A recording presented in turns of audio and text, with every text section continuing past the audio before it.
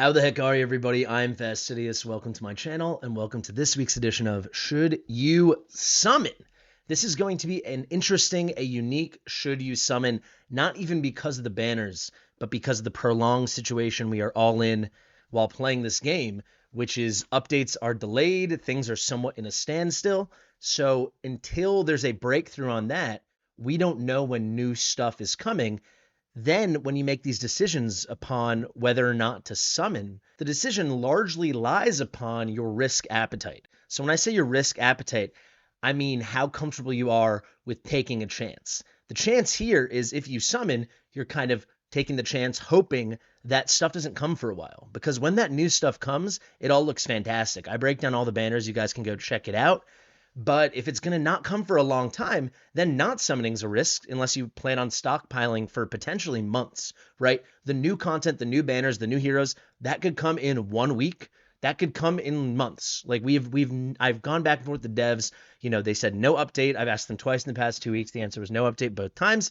Power to them. I mean, if there's no update, there's no update, but that doesn't help us, right? So as you make these decisions, usually I break it down, on the banners based on player type, like how far you've progressed into the game. So early game, mid game, late game, end game, and then spender type. Do you spend? Do you not spend? And if you spend, is it a little bit, a lot of bit, or a whole bunch? Are you a big old Kraken? For this, though, I don't think it comes down to that. I mean, if you're a big enough spender, spend where you want, summon where you want. That's my answer to should you summon. But for the other stuff, it's like, do you think stuff's coming soon? Are you willing to risk pulling now and then it probably takes a little bit longer? Or, the negative side of that risk, you pull now and then it does come very soon and you use a bunch of your currency, a bunch of your diamonds, and then we get a 2x by 15x for Beelzebub, Bubba, Lucius, and Razak, right? Razak, whatever.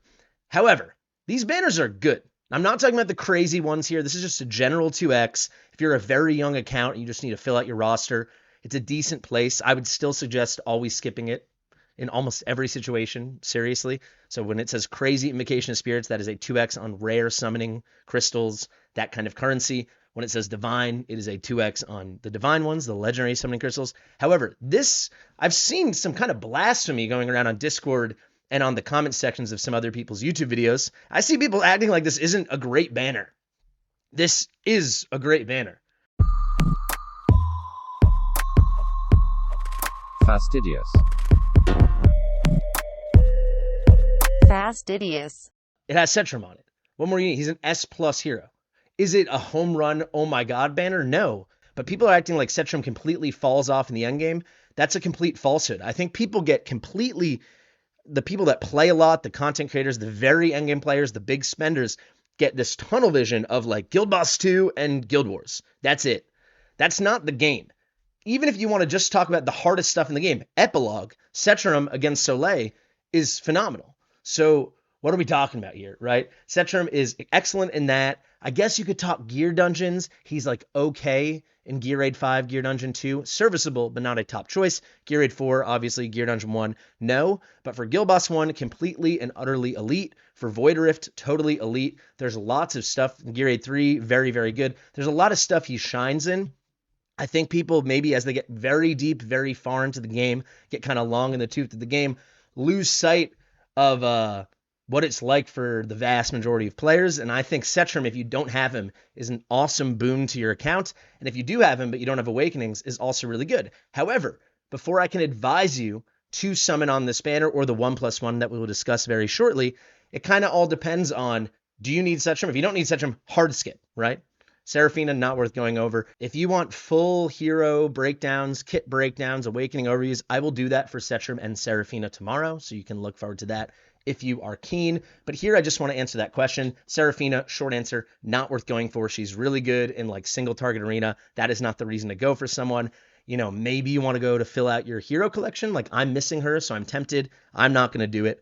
More on that at the end. But basically, it's the Setram banner. Setram is tremendous. So if you don't have him and you want him, now that's where we get into this should you summon question.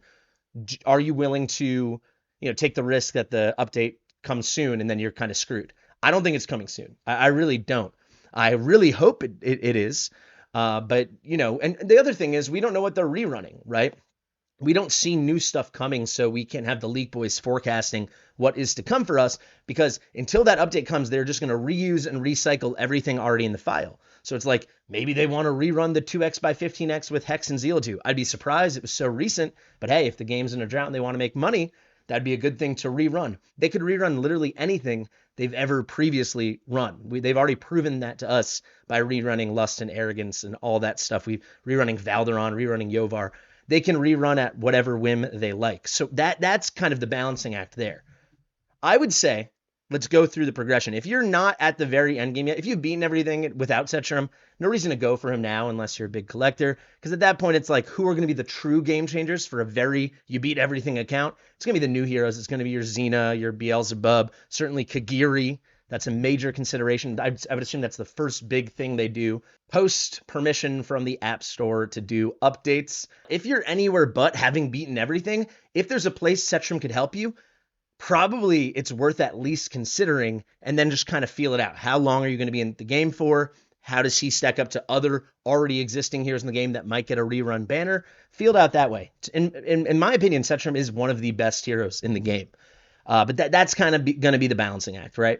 I would say at the end of the day, most people should probably skip this unless, let's say your Guild Boss 1 is at 45k.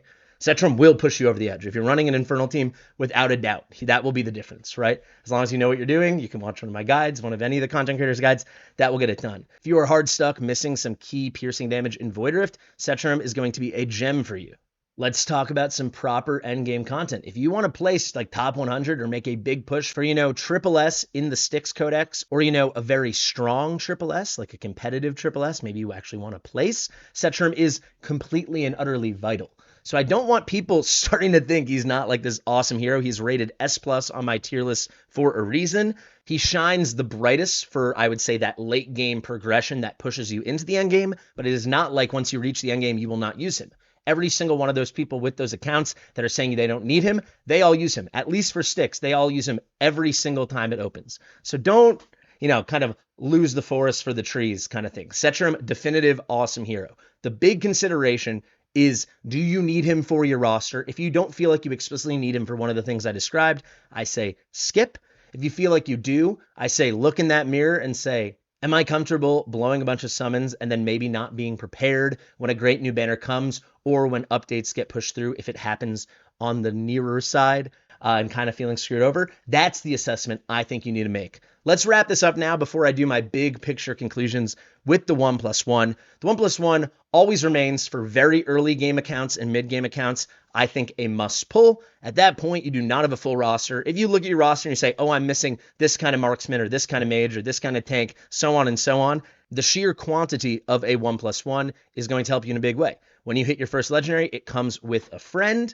That means you're guaranteed 2x rates. If you went deep into pity, let's say it took 210 summons, even though it took that long, you come out of it with 2 legendaries, so it was 105 summons per legendary. That is a very nice thing. It is something you can control. I would say for anyone deeper, unless you're a big spender or a big saver or a content creator with a nice old stack of diamonds, I think you gotta skip it. Unless you're missing something so key and so amazing like an Eloin. This gives you 2 bites at the apple for an Eloin or for a Silas maybe. Maybe you have a Virna and you need that Silas to bond with her and then have the crazy single target DPS. But otherwise, I think anyone that's very deep into the game, this is the kind of thing you can skip.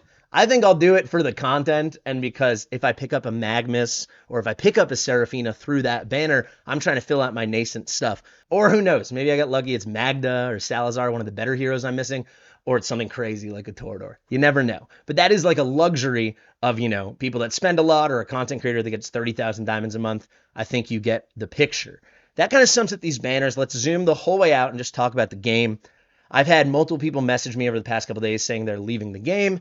I understand it's an uninspired time. I mean, I think I proved that, right? I didn't release a video yesterday.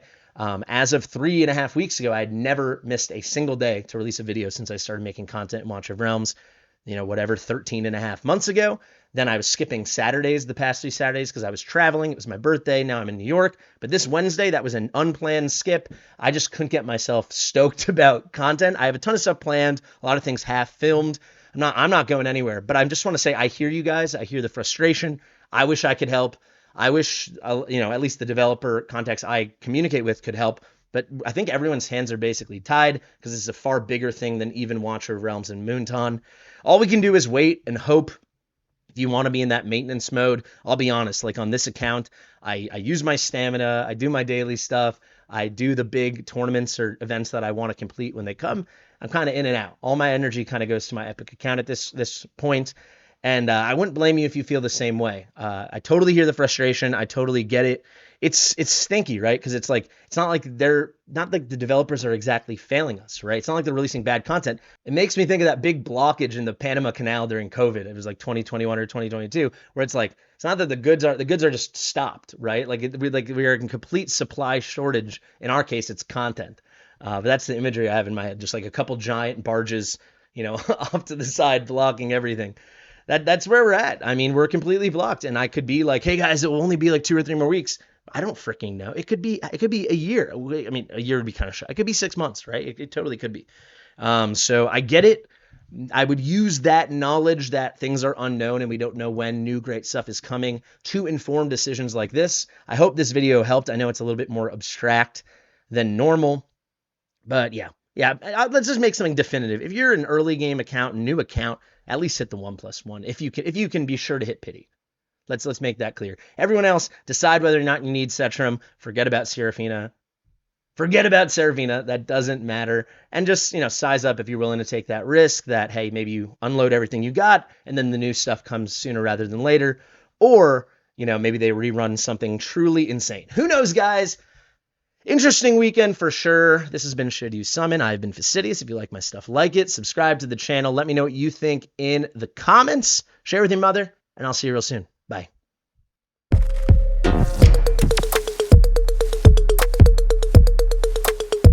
Fastidious.